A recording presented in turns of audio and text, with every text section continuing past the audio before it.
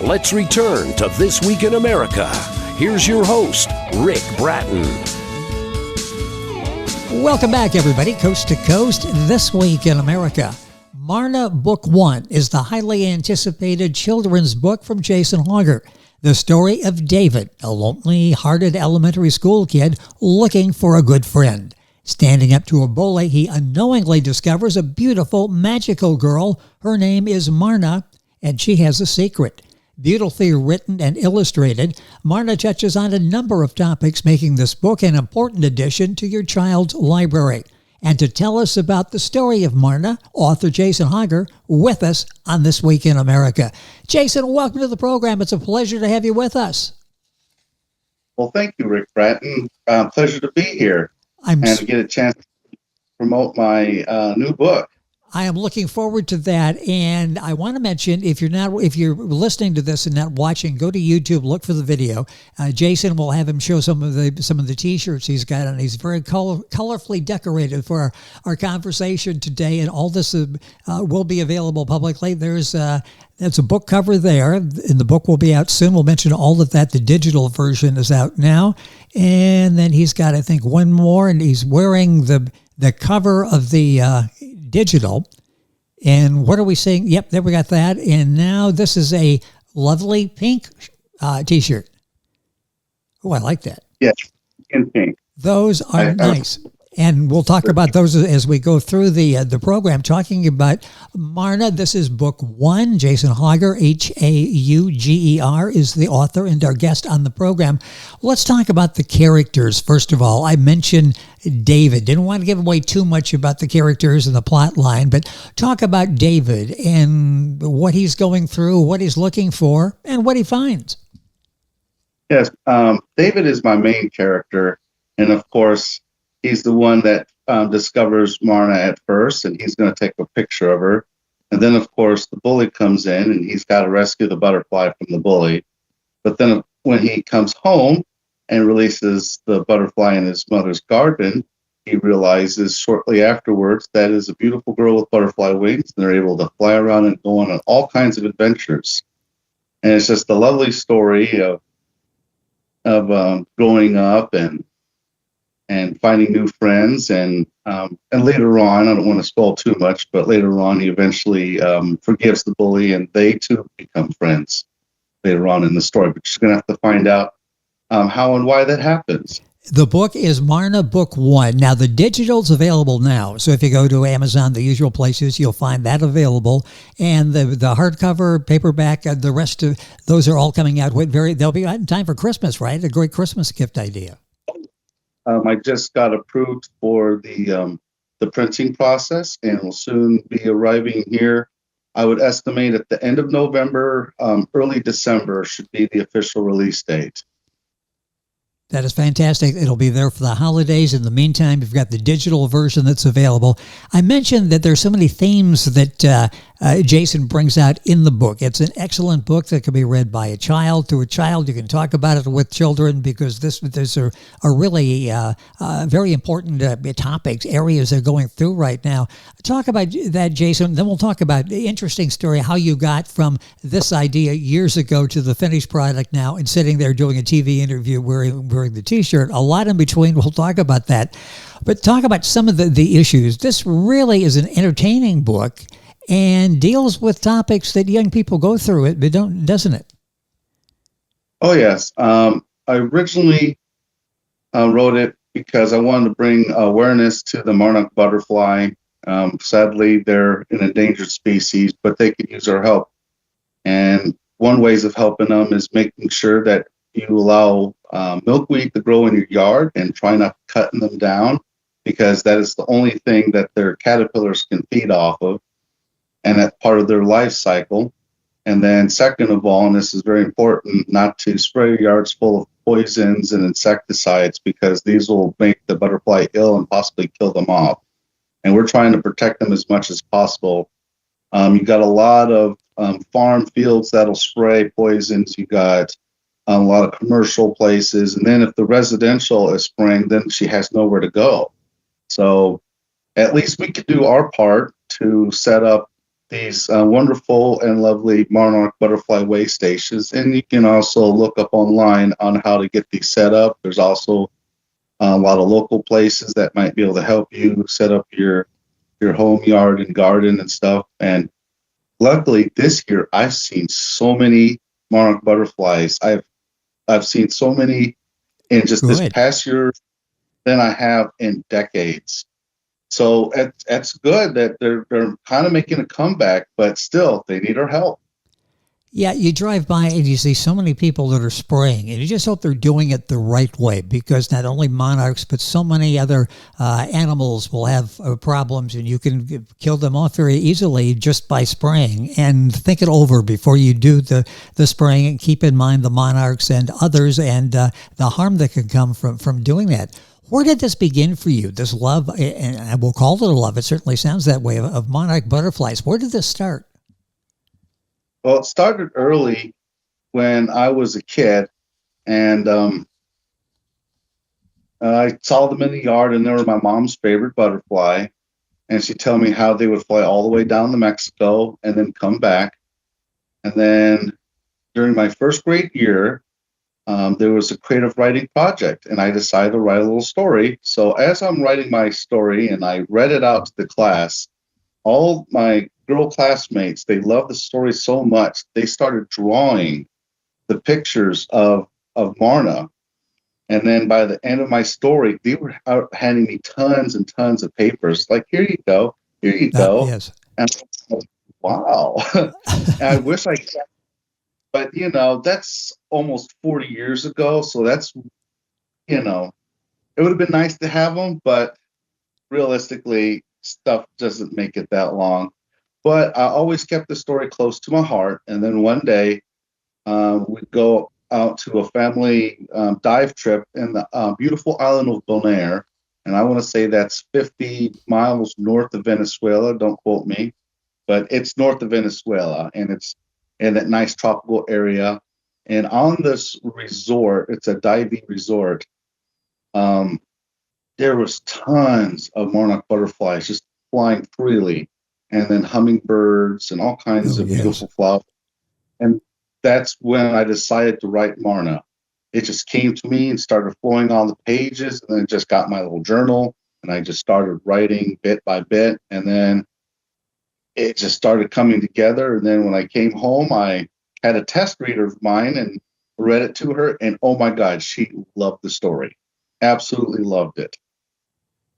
And then I shelved it for a while because I wanted to write other stories. And then one day, my father-in-law got ill, and that kind of helped with the processing of him being diagnosed with terminal cancer.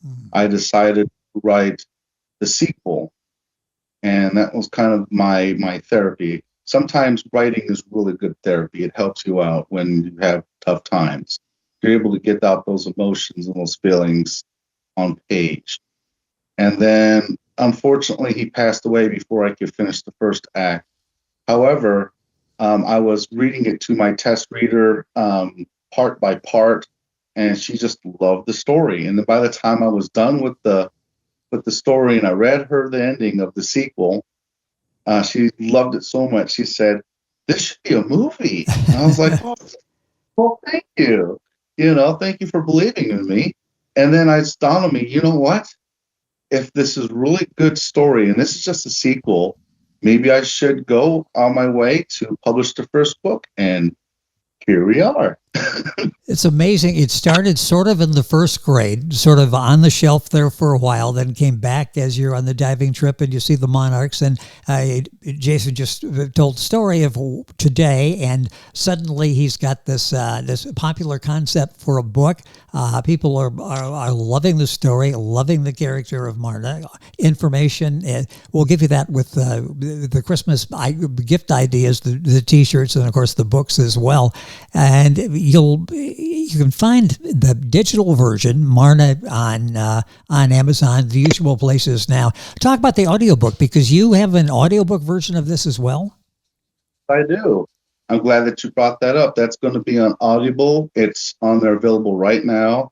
I found a talented voice actress named Lalita Corey, and she's from Canada, and she did the audio recording for me.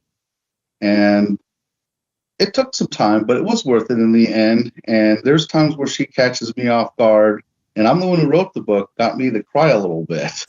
So, and yes, it's available on Audible if you want to check it out now before the book is released. But once the hard book is, that's where you have all the illustrations and stuff. And the book is beautifully illustrated, what I understand, and you can see from the cover now, the digital cover, the T-shirts that Jason is wearing. The illustrator did a wonderful job. It's colorful. It hops off, I was going to say, the page and the cotton to the T-shirt as well. It's something that will be make a lasting impression. Talk about what this has been like to take something that goes back for so many years, a big part of your life, dormant for a while, comes back, and now you've got all of this going. You've got, I understand, a Patreon page as well that we'll talk about here in a second. You've got all this, the book coming out, the Christmas ideas. What's it like right now for you? This has to be an exciting time. Oh, yes, it is very exciting. If you would have told me a couple of years I'd be writing a book and it'd be published here and I'd be doing interviews, I'd be like, I'll get out of here. It's just wishful thinking. But now you do the work, and then it goes from wishful thinking, from dreaming to reality.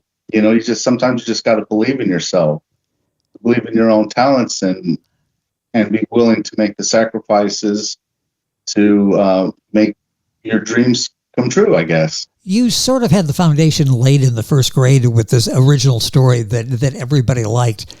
What was it like when you pick up the story, you've got the sequel, you're telling it. Talk about what went into that. You're now older, you're more mature, you've got an idea, maybe some of the underlying stories, themes you want for the book.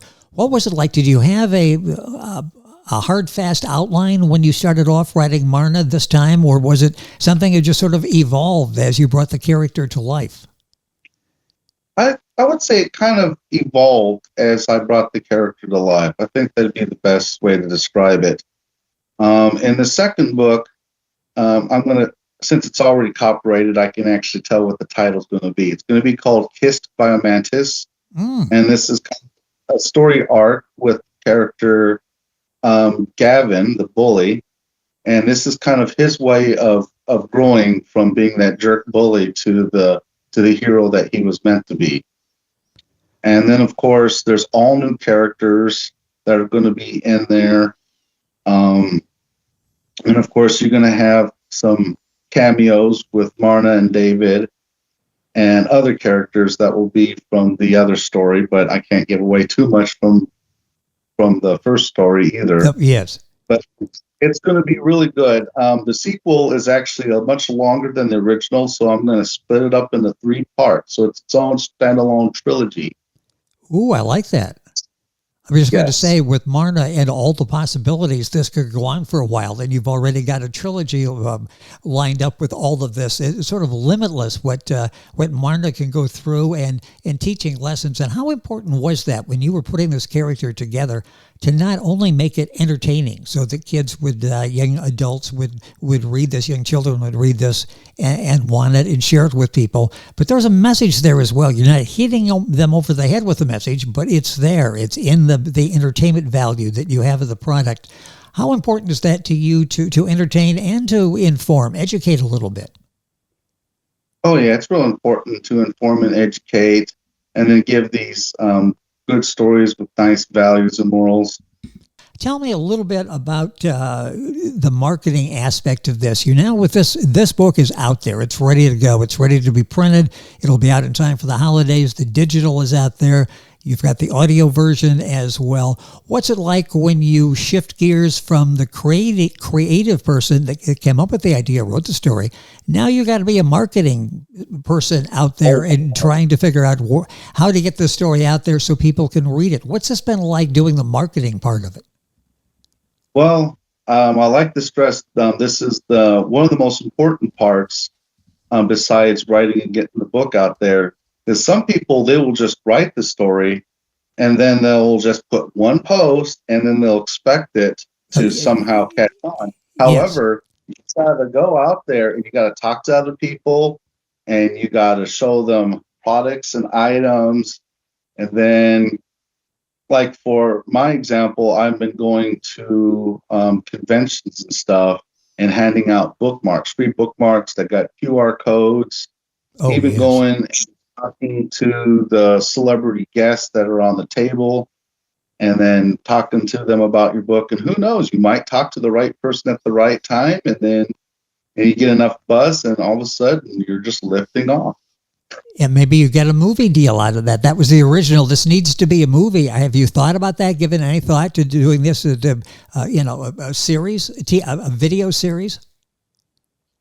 Oh, if Netflix is watching, that's for sure. Well, so many great ideas and so many great lessons in Marna. Now, our guest on the program is the author, Jason Hauger. That's Hauger. Book is available now in its present form digital at Amazon, the usual places. Keep watching, because right around Thanksgiving, heading into the holidays, the book will be available, the hardcover book, wherever books are sold, and the merchandise will be out there as well. How can they take advantage of doing the T-shirts and the other product that you have associated with Marna? Oh, later on, I'm going to have these available on Patreon. I'm debating on having it after people been there for a year to give them the T-shirt after a full year of subscription. And the wife and I have been kind of talking about that. She has more experience with the Patreon than I do, more as a customer than yes. a consumer. Yes. It's a great way to reach a number of people and to get them excited about what you're doing with the book, and then being able to support you in that way. Where did this all come from? Obviously, even in the first grade, you had a knack as writing. You were able to take the other kids in the room and got them excited about the story that you were telling as well. Did you read a lot growing up? Did you have a favorite author growing up? Well, to tell you the truth, my first book I read was Dr. Seuss. Ah, yes. And it was a struggle, trying to get me to read. But once I got reading, it got so much easier. And then, to tell you the truth, I don't read as much as I like to write. I prefer writing for some reason. That's just been me the whole time. At school, when I wrote my assignments and stuff, I was kind of cruel to the teacher. I would fill up the whole page. I would use the smallest script and just fill that page just completely up. And then one day the teacher said, "Here, I need to show you something." He puts it in the proper format, and then he puts it in the proper line spacing, and that one page blew up to 7 pages. That's interesting, the background on this, and you got busted as you were trying to get away with that. The fact that you enjoy writing, does it come natural to you when you're a storyteller, obviously? Yes, I love telling stories. That's just the thing that I like to do. I like creating characters. We go out as a family, we go out to the national parks and see the beauty and splendor of nature. And I get to see the animals interact. And it's just an amazing, amazing process. I just recommend anybody to get out and just enjoy the outdoors and see the beauty that's right in front of your face. A lot of people are on their phone and they miss everything. All you got to do is look up. And you're like, oh, what's that? It's that simple. And I've said that. Look up. You see so many people, and you're in a city and people are looking down. They're looking at their phones, as you were talking about. I do some walking where we live with a river that's parallel with the ocean. So you've got dolphins that are there and birds, and it's great. You've got this great view for like a 2-mile walk, and you walk across people that aren't even paying any attention. Now look up there, look off to the side, and you see all of this, and it's free and it's amazing. And it really makes you feel good, doesn't it, when you understand nature and how you fit into it and enjoy all the creatures that are there. Oh yes, so much beauty that you can look at. Just don't miss out. Life is too short, and just enjoy what you have, enjoy your family, enjoy the moment. And look up. That from time to time, look up or look off to the side and appreciate what you're seeing there. Marna is set. You've got this ready to launch. Everything's in place. You've got her all ready to go. Do you see your work expanding beyond that after the Marna character, maybe doing something for older children or something for adults? What do you see as your future as a writer? Well, the sequel is kind of more geared to the teenager, Yes. I would suppose, because there's a lot more coming of to age themes in there. Yes. Because my main character in this story, Gavin, he's going into the junior high, so he's kind of closer in that teenage year, while David is kind of like in that elementary still, because he's going into the 5th grade in the Marna series, and the Kiss by a Mantis, Gavin is going to his first year as a 7th grader. So it's kind of interesting to see how the coming the story goes in and see the growth. And I would say it's a little bit of a enemies to lovers romance. So I put little elements of that, maybe a slight love triangle, and just absolute lovable characters. So we can actually grow up with Marna. You've got her through the process there. Young adult is a huge category in the book market, and it sounds like that you're headed in that direction as the characters get older. What has this been like for you? We've got a couple minutes left in the program. We touched on this before, but when you stop and think how far you've come in telling this story from years ago and having it accepted, going to be published, going to have people wearing Marna t-shirts around the country. What has this been like? This has to be extremely rewarding for you and encouraging to continue with the story. Oh yeah, not only is it rewarding, but it's given me an opportunity to discover things about myself I didn't know. And then just being able to believe in my own writing for once. I never really believed in my writing as a kid, but as an adult, I could see how it makes people happy, how some of the stories can touch the heart and even make them cry at times, and then bring them out of that and just be able to examine themselves and be like, hey, maybe I should look up and see beauty in life. Well, you're touching a lot of people and will continue. I mean, this is just the start for Jason and his career in writing and creating characters and being a storyteller. All of this information, you have links on our website, thisweekinamerica.us. The book's available digital right now, soon to be available in hardcover, and that's out in time for the holidays. The T-shirts and all that will be available. You'll be able to follow. And Googling, it's very simple. Jason Hauger, that's Hauger. You can do that. You get information on the book and everything that he's got going. Jason, I'm excited for you. I love the passion, the enthusiasm you have as a storyteller for the tale of Marna and what you expect to do with Marna and her friends. Thank you for spending some time with us on the program today. Thank you. It has been fun Thanks. talking with Jason and seeing the fashion show there. I love you've got all of this. You are all ready to go. Marna Book 1 will be available, is now digital, will be in time for Christmas, to be followed by others in the series. The trilogy he talked about will be out soon, so keep looking for that. And information, of course, on our website, thisweekinamerica.us. You're listening to This Week in America. Today's show continues right after these messages. And before we go, I want to thank Mainspring Books for arranging our conversation with Jason today, making your stories come to life as they've done for so many authors. Marna is the name, Book 1, the name of the book we've been talking about. Jason Hauger. More on today's program right after these messages. Stay tuned.